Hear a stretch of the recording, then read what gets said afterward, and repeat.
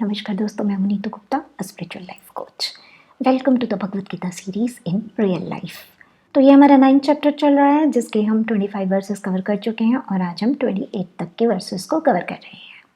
आप ये भी जानते ही हैं कि इस पूरे चैप्टर के अंदर कृष्णा ने हमें अलग अलग तरीके के लोगों के बारे में और उनकी पूजा करने के तरीके के बारे में बताया है।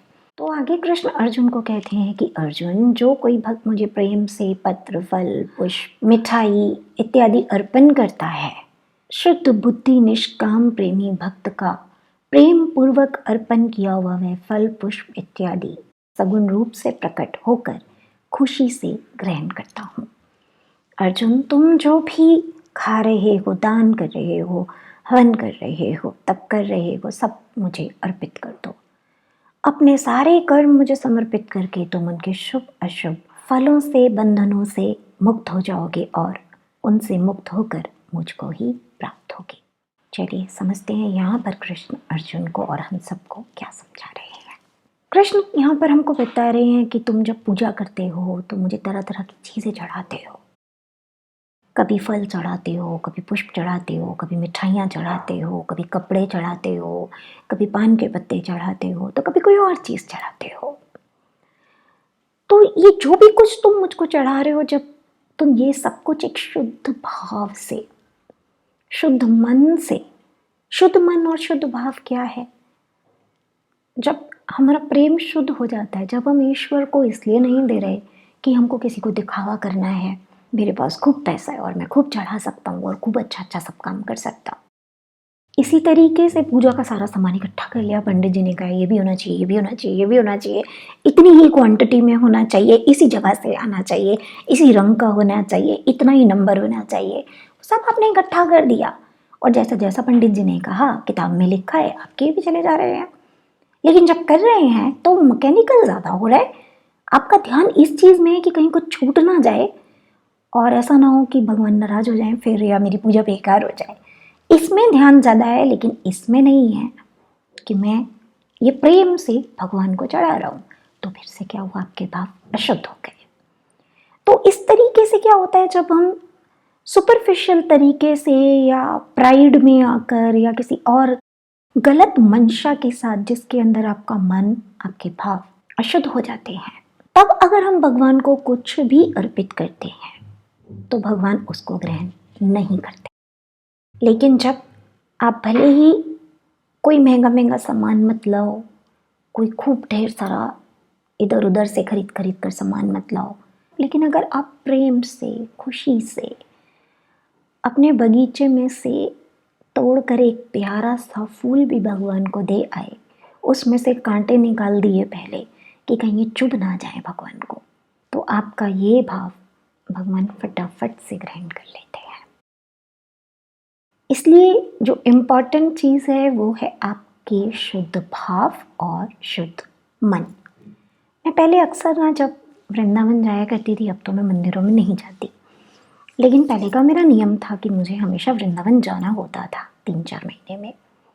तब मैं वहाँ देखती थी, मैं बाहर से 4 दुकानों पर 4 फूल वालों के पास घूमकर सबसे बढ़िया सुंदर ताज़े फूलों की माला जो बहुत अच्छी लग रही हो वो खरीद कर लेकर जाती कि आज तो कृष्ण को ये चढ़ाऊंगी और कृष्ण बड़ा खुश होगा इसमें।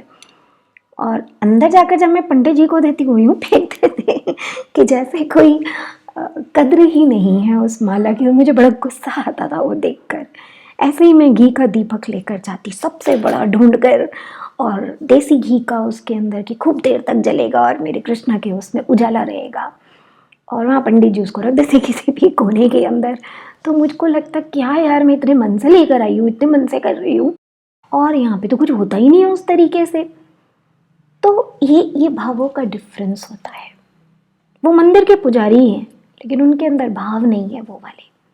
वो एक मैकेनिकल वे में किए जा रहे हैं, लाओ दिखाया भगवान को और फिर फेंक दिया आगे, तो इसके अंदर भाव चले गए।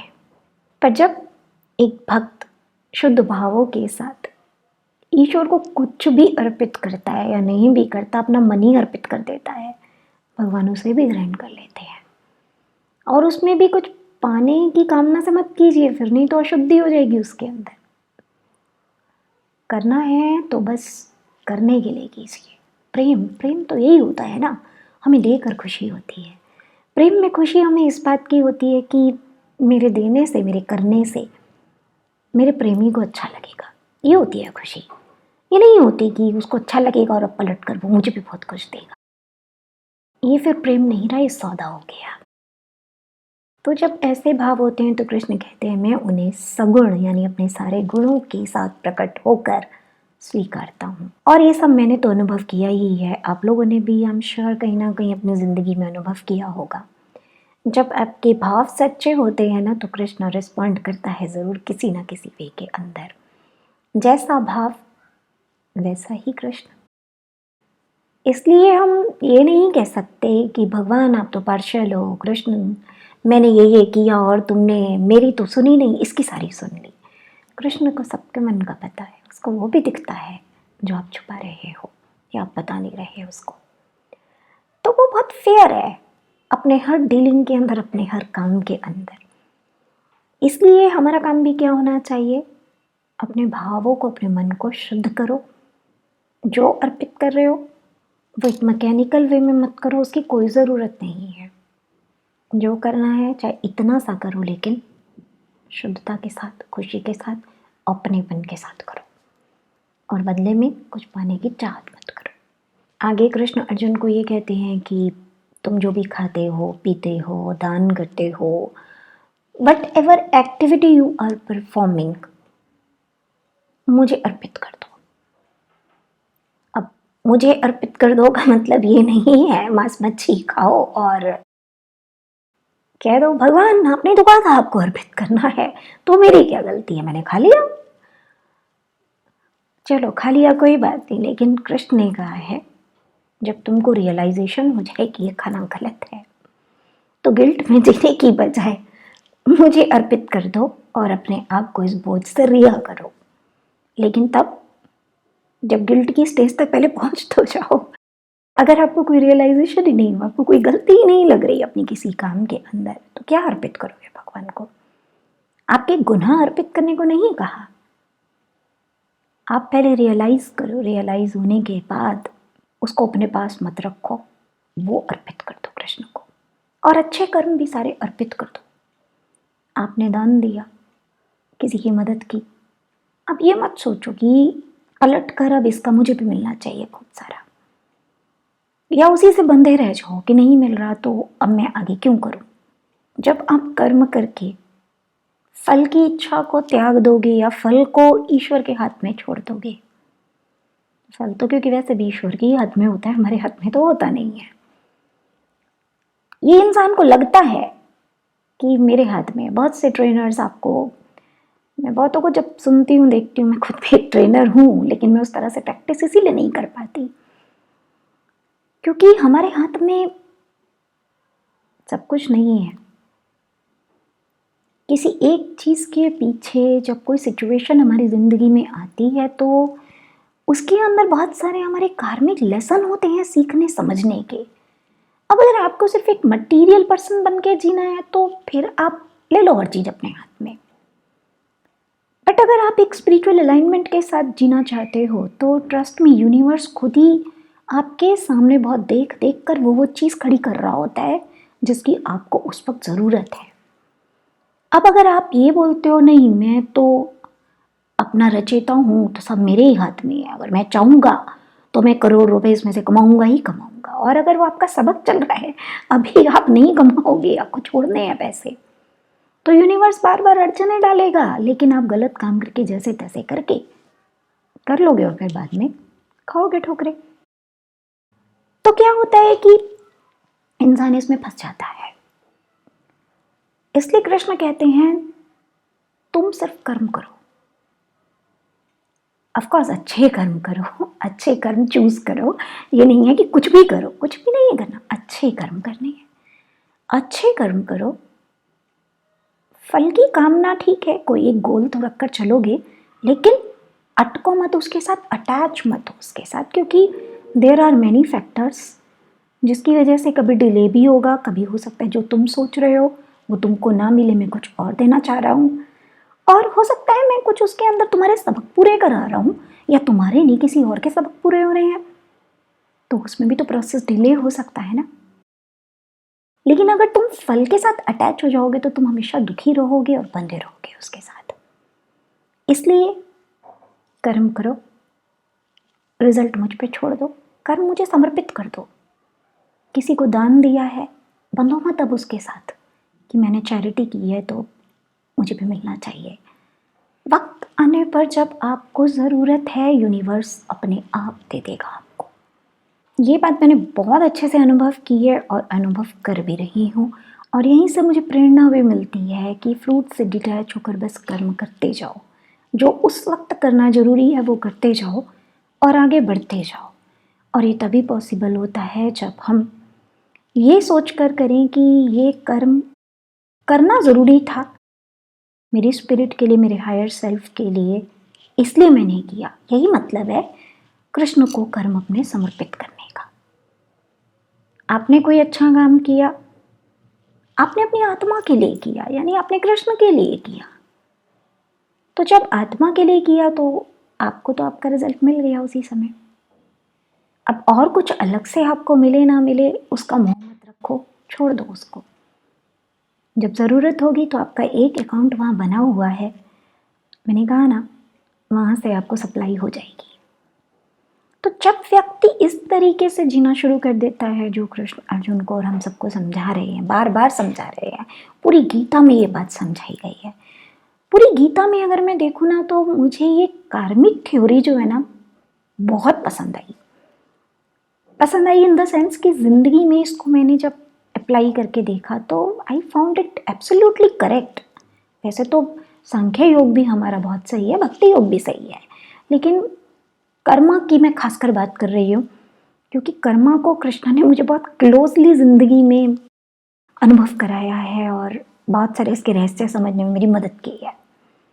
तो I can relate with that कि जो गीता में जिस तरह से ये बात हमको बार बार बोली जा रही है, डिटैच होकर कर्म करो, डिटैच होकर कर्म करो, मोह को त्याग दो, फल की इच्छा मत करो, this is the best way of living. जब हम ऐसा करते हैं ना, क्योंकि मैं अब हर चीज़ में यही मेरी कोशिश होती है कि कोई बात नहीं, फल नहीं मिला, आगे बढ़ो। ऑफकोर्स टाइम लगता है आपको एक प्रैक्टिस में आने में, अपने अंदर उस चीज़ को कम्प्लीटली डेवलप करने में। तो इस चीज़ को डेवलप करने में टाइम लगता है आपको अपने अंदर, लेकिन अगर आप ये करते जाते हो तो मैं खुद देख रही हूँ कि मेरा जैसे ना बर्डन रिलीज हो जाता है काफ़ी सारा। अब मुझे ना दुखी रहने की, परेशान रहने की और टेंशन लेने की, स्ट्रेस लेने की ज़रूरत नहीं लगती, क्योंकि उसका कारण ही खत्म है ना। जब जो चीज़ मेरे हाथ में ही नहीं है, जिस चीज़ को मैं कंट्रोल ही नहीं कर सकती, और इट्स नॉट कि मैं कंट्रोल करना चाहती हूँ या नहीं चाहती, मैंने बहुत क्लोजली ये चीज़ देखी है। जब मुझे रिजल्ट नहीं दिए जा रहे होते उस समय यूनिवर्स मेरे कोई और कर्मों पर काम कर रहा होता है। तो हर सिचुएशन में भले ही रिजल्ट मुझे वो वाला नहीं मिलता जो सोचकर मैंने कर्म किया था, स्टार्ट किया था, लेकिन मुझे कुछ और रिजल्ट उससे भी ज़्यादा मिल जाता है। तो ये फ़ायदा होता है कृष्णा के तरीके से कर्म करने का, उसके हाथ में समर्पित कर देने का सब कुछ, अच्छा बुरा जो भी है। बुरा मैंने आपको समझाई दिया रियलाइजेशन होने के बाद बुरा, ओके। जब तक रियलाइजेशन नहीं हुआ कृष्ण को आप समर्पित कर ही नहीं पाओगे, क्योंकि छोड़ने के लिए भी तो पहले आपको पता तो हो आप क्या छोड़ रहे हो और क्यों छोड़ रहे हो। समझ रहे हैं? बहुत बार ऐसा होता है जब हमें हमारी किसी चीज़ में गलती दिखती है और हम अपने आप को माफ़ नहीं कर पा रहे होते और उसी चीज़ के अंदर हम दुखी रहते हैं, तो कृष्ण कहते हैं छोड़ दो इसको, भी मुझे दे दो, क्योंकि तुम तो मनुष्य हो, सफ़र कर रहे थे, अज्ञानता में थे। तुम्हें अगर इतनी समझ होती तो तुम ये काम ही ना करते। तो ठीक है, तुमने इतना सब सिचुएशन से गुजरे, ये सब तुमने दुख सहा क्योंकि कुदरत तुमको सिखा रही थी। आज जब तुमने सीख लिया तो जो तुम्हारी गलतियाँ हैं वो मुझे समर्पित कर दो और आगे बढ़ जाओ। तो कृष्ण कहते हैं जब तुम इस तरीके से जीना सीखोगे तो कर्मों के शुभ अशुभ सारे फल देने वाले जो भी चीज़ें हैं जिनसे आपको सुख और दुख क्रिएट होता है, क्योंकि फल क्या होगा, या तो आपके फेवर में होगा या आपके फेवर में नहीं होगा। दो में से एक ही चीज़ होगी ना। फेवर में होगा तो खुशी देगा, फेवर में नहीं होगा तो दुख देगा। और अगर हम फल की इच्छा को ही त्याग दें, आपके हिसाब से मिल जाए तो भी अच्छा, नहीं मिले तो भी अच्छा, तो दुख और सुख दोनों अपने आप न्यूट्रलाइज हो जाएगा। और यही तो है आइडियल तरीका ज़िंदगी को जीने का, फ्री पर्सन के तरीके से, और इसी में से मुक्ति का रास्ता निकलता है। तो बहुत ही ब्यूटीफुल सी ये सारी बातें हैं, हालांकि कई बार ही रिपीट हो चुका है गीता के अंदर। बार बार घूम फिर करके बात वही आती है कि फल की इच्छा त्याग दो, मुझे समर्पित कर दो। अगर आपने किसी भी वर्ड्स के अंदर इस बात की गहराई को पकड़ लिया और समझ गए आप, और आपने उस तरीके से जीना स्टार्ट कर दिया, तो आप खुद देखेंगे कि उसके बाद आपकी ज़िंदगी में बहुत कुछ बदलना स्टार्ट हो गया। मुझे कमेंट करके बताइएगा ये वीडियो आपको कैसा लगा, कहाँ कहाँ आपको लगा कि इस स्टेटमेंट में एक सच्चाई है और आपको भी इसी तरीके से जीवन जीना चाहिए। नेक्स्ट टाइम आगे के वर्सेस पर डिस्कशन करेंगे, तब तक के लिए जय श्री कृष्ण।